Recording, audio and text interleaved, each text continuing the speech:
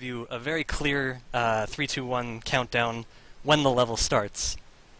But before we get to that, Konami, at the height of their innovation, thought they had mastered voice sampling or voice emulation, and this is the result of that. So I want you to hear that first. The Adventures of Bayou. Alright. Here we go. 3, 2, 1, go. So welcome to Bayou Billy, a game widely regarded as one of the most difficult beat-em-ups in history, and therefore widely despised by kids and adults alike. It's not too bad to speedrun, it takes a lot of learning, but I've sort of learned how to work with every enemy in the game.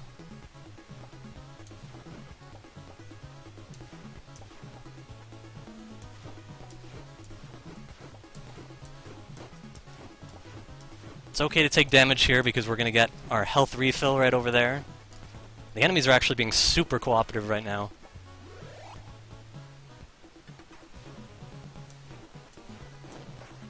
Oop.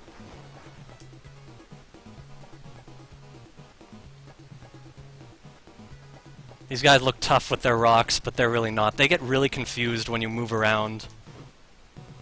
They just sort of freeze up and do nothing if you move a certain way. Also, you can drop kick them back and forth, if that works. Like, if I get just the right spot. There's no time to set it up. Whatever works fastest. Here, for whatever reason, this guy won't fight back when you're against a wall. There are 2 gators here that I have to beat before I pass. They take 8 hits. And I'm trying to keep only one on the screen, because if they both get on the screen and they both start attacking at the same time, it gets to be a bit of a mess.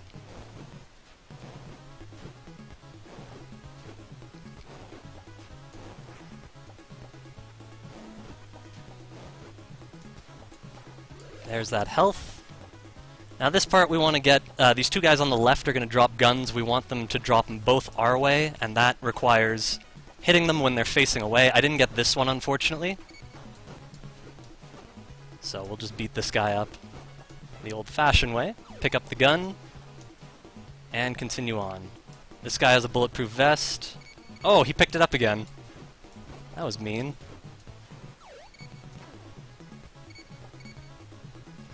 Now, I don't have my club anymore. It's not a big deal right now, but I have to remember that before the beginning of level 3. There's a club right at the beginning. I just have to remember that I don't have it when I start the stage. That's all. Have an extra bullet, I'm just going to burn that off, because if I have it at the end of the stage, it's going to pause briefly and give me bonus points for having a bullet, which we don't need. But that's stage 1. These gators are so far the only ones you can actually run past without fighting. So it's very important to realize that for a speedrun.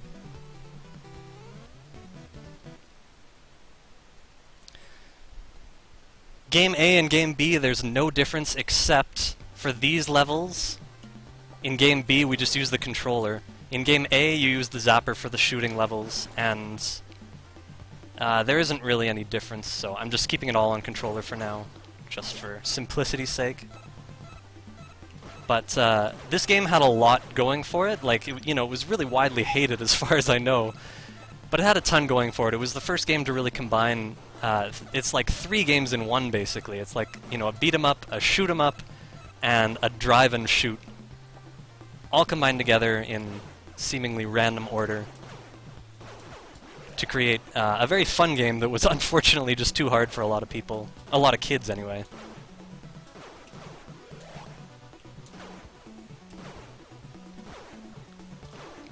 But I was fortunate to play this as a kid. I feel like I got good at virtually every game that I enjoyed as a kid. I just ended up, spending a pretty decent amount of time on it. So I got to know Bayou Billy pretty thoroughly, and when I picked it up for speedrunning many years later, it wasn't that hard to learn all the fine, intricate details. So yeah, here I'm not even trying to be very precise, because again, it really doesn't matter what we do all that much, except here we just want to shoot these guys as soon as they land, that's about it. Or if by land I mean appear.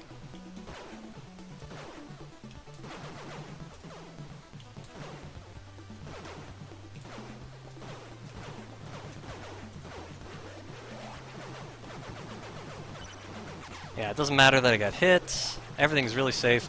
I have tons of bullets. I'm going to burn some off because, again, it's going to waste time at the end trying to give me bonus points for all my bullets.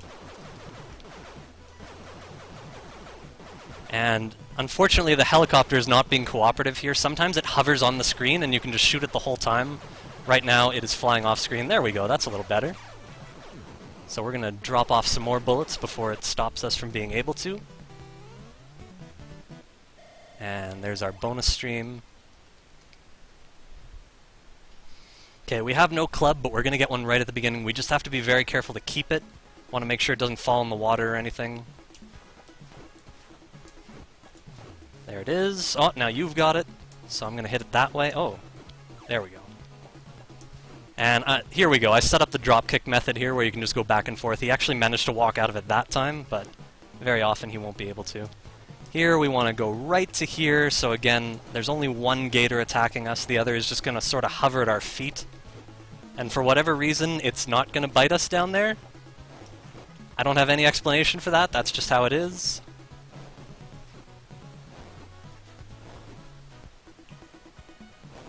I also haven't encountered any explanation for when you're able to hit them twice instead of once when they come out of the water. Sometimes it works, sometimes it doesn't. I don't believe that it has anything to do with like frame perfection or anything like that. It just seems to be almost random.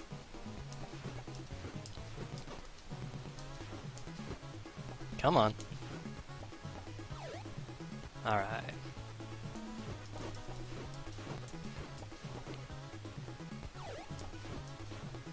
Okay, that's fine. Come back.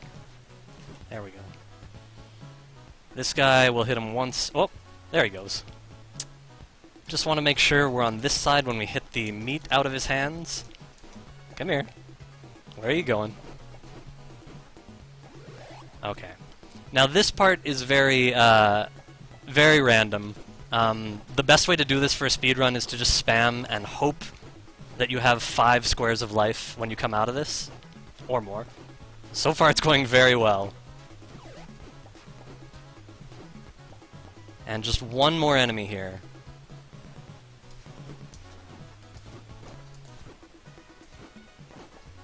Oh, this is gonna be okay. Alright, here we go. Come on. I'm worried. I'm gonna have to fight him the slow way. It's working, though. I was very worried there. But we got him. The setup in the corner just didn't quite work. He didn't maintain his position where I wanted him to, but I didn't die, and I was dying a lot in practice against him. But that was good. So now we're on to the 2 driving stages. Very simple concept. You hold up. B is to shoot bullets. A is to throw a grenade. But the catch is you can only do one at once. So if you throw a grenade up in the air and there's nothing there to hit, the grenade is going to hover the entire time, and you're not going to be able to shoot your bullets. So you got to be really, really careful. If you want to actually grenade something in the air, you've got to have a reason for it. So here, there were no jeeps on the ground, so no problem there.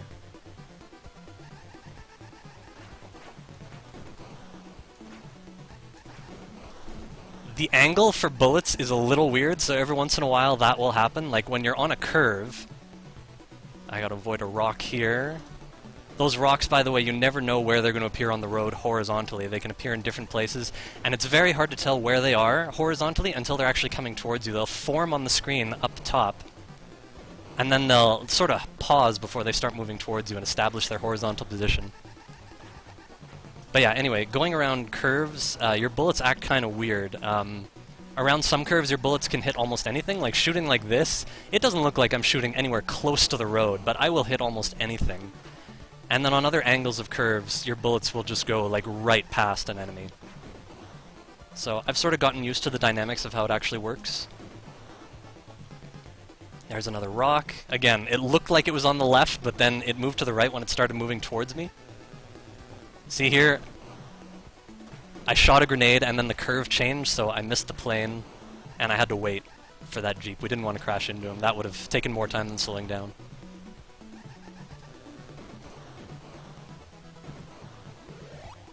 I think that's a time bonus. It doesn't always appear. but it appeared that time.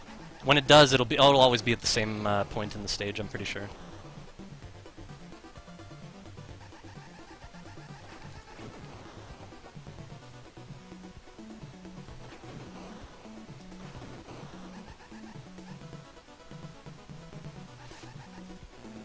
Okay, there's going to be a puddle here on the right. It almost always starts on the right, but I sort of want to be closer to the right so that I don't have to... Oh, even then, I wasn't close enough to the right. I had to slow down just a little bit to avoid that pull.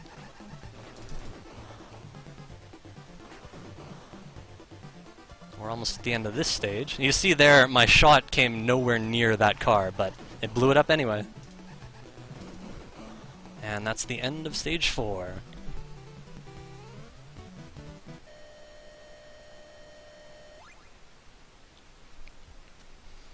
So the next stage was meant to be harder, and it is harder in terms of the curves. Like, the first third of this entire stage is curves.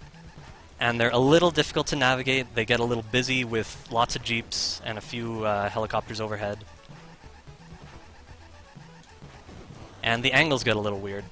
But there are also oil slicks, and oil slicks were obviously meant to be dangerous, but I've gone through countless oil slicks through many playthroughs, and I'm convinced that they just forgot to program whatever they intended for them.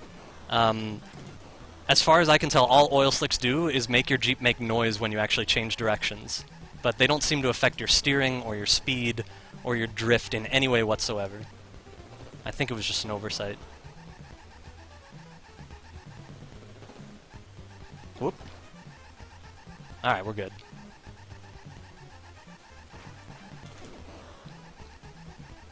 But yeah, the curves won't stop for a bit.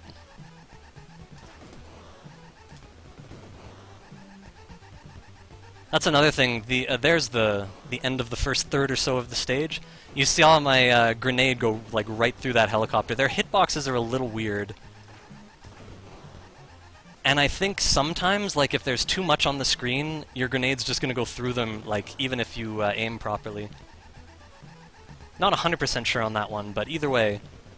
Yeah, see that, like, went right through him. No excuse for that.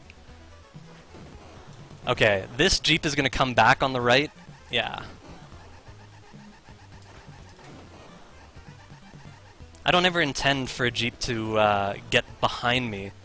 But when two come like that, and I shoot one, like they both go to the outsides of the road, and I shoot one and the other gets pie, that's the reason. You can only have one bullet on the screen at one time, or rather two, but they act as one. So here, I can't move left, or I can't turn left far enough to shoot that Jeep. I had to wait for him. So there's the result of the oil slick. Just sound, no changes whatsoever in my driving dynamics.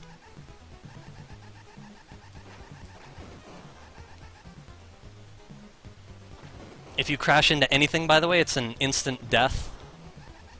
There's no health bar in this level. We gotta be really careful to avoid pulls in situations like that.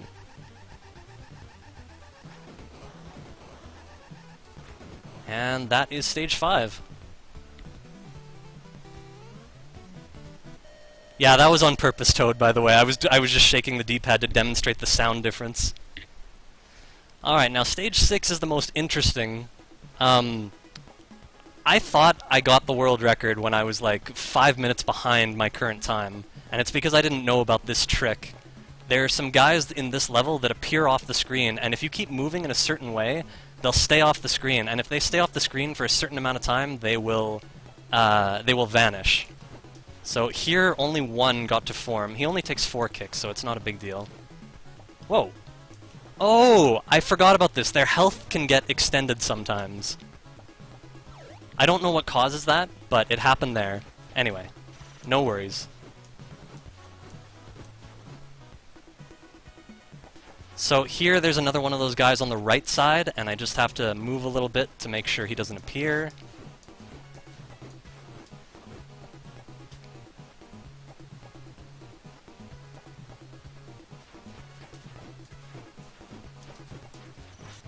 Doesn't matter if I take damage here because this guy has health. Meat, or whatever you want to call it.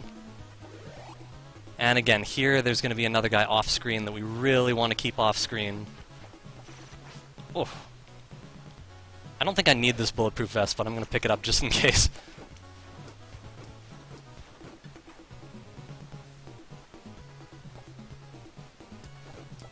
Now these guys are really interesting. They have whips which outrange you, but if they ever drop their whips, the first thing they will do without question is go back and try to retrieve their whips, so their patterns are very handleable.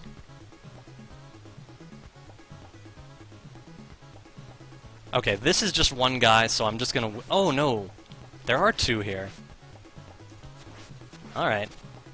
Well, either way, it's no big deal, because I have the whip, and they can't really do anything, so it's not going to take long to defeat them.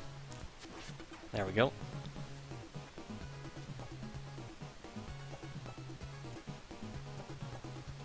And again, we want to make this guy disappear, or however many there were there, I'm not sure. Again, he's going to drop his whip on the next hit, and then he's just going to try running after it no matter what I do. So that's cool. Now here, this is very important. I need to trap this guy on the right on the bottom of the screen, and I got it. Have to be at a very specific position vertically. If this battle has 3 of them on the screen at once, it gets very dangerous. And very difficult to do quickly. Where are you going? Oh, he's trying to get the other whip. That's so bizarre. More guys to keep off the side of the screen, and we got it. These guys take 11 whips.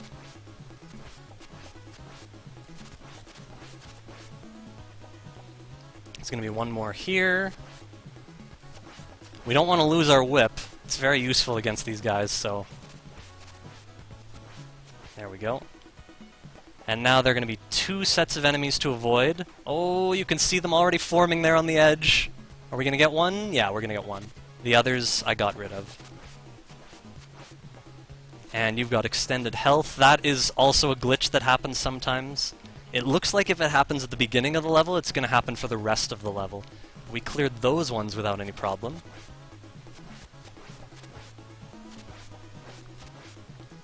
As long as I have a whip and a bulletproof vest at the end of this stage, I'm fine.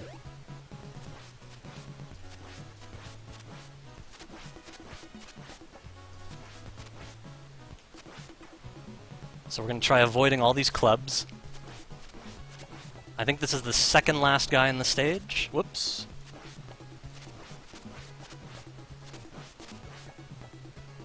I think I can get below this club, yeah.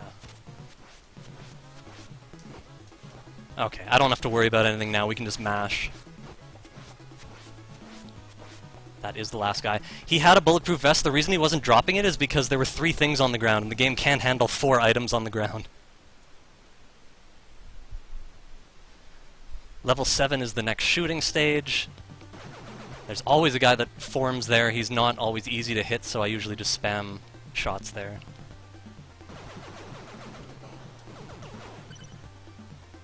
Again, I don't really need spare ammo in this level, but I'm picking it up just in case. It's really easy to burn off extra bullets if I don't want them later.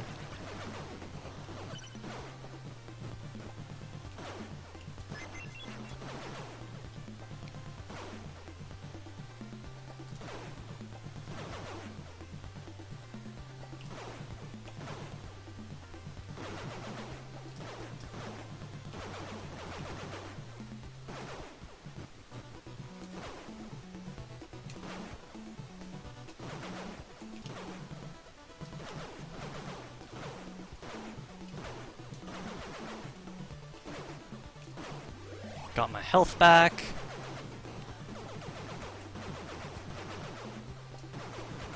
One of those crazy bikers is probably going to shoot me again eventually. They seem to shoot you at random times. It seems to be uncontrollable. But fortunately, it's not a big deal if we lose a health bar or 2. Or a health square or 2, I should say.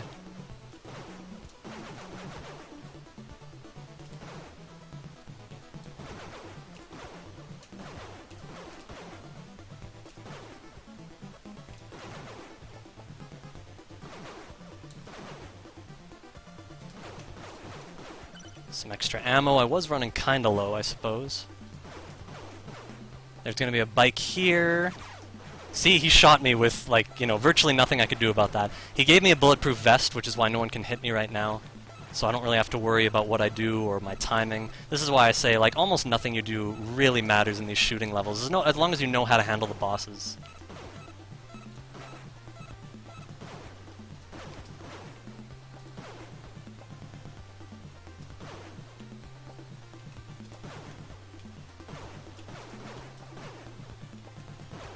So yeah, no extra effort to be precise. I'm gonna leave that, I don't need any more ammo. In fact, I'll burn off some bullets.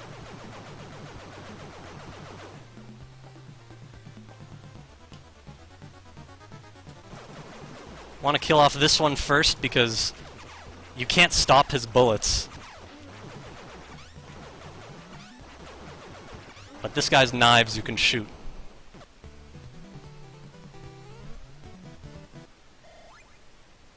Alright, 2 more stages. And they're really short, but somewhat difficult. We'll see what happens.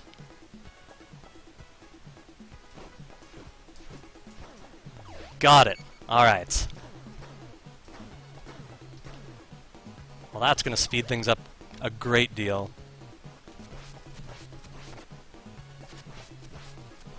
What we want to do is get their bulletproof vests and then shoot them.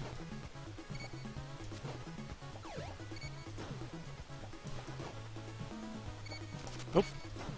Okay. Yes. How are you not dead yet? How are you not dead yet? There we go. Now this part's pretty difficult. Oh. Okay, there we go.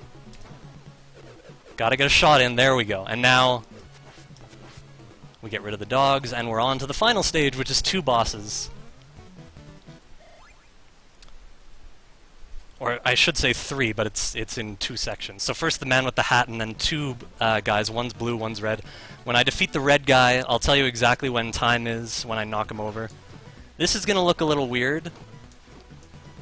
We're going to let him pin us in a corner and take a little bit of damage. What we want to do is cause him to allow us to lose our items. Come on, there you go. And the reason we do this is because this enemy starts with a lower health bar. He starts with 5 instead of 7. Looks like my position's good. Yes. Come here. This should be really good. 5, 4, 3, 2, 1, time!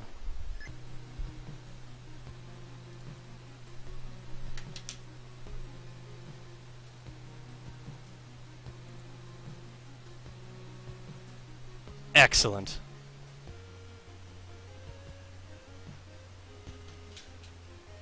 So that is the adventures of Bayou Billy.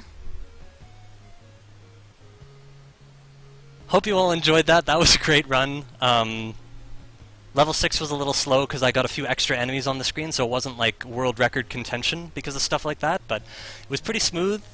All the bosses went well. I guess the level 3 boss was a little slow too, but I handled it well. Anyway, I'll be back in something like, I think, a little over 3 hours to play Dragon Warrior and Dragon Warrior 2. In the meantime, until then, please enjoy Dragon Darch. Oh, sorry, before him, there's Jintatsu playing The Adventures of Rad Gravity. Thank you all very much, and enjoy the rest of the marathon.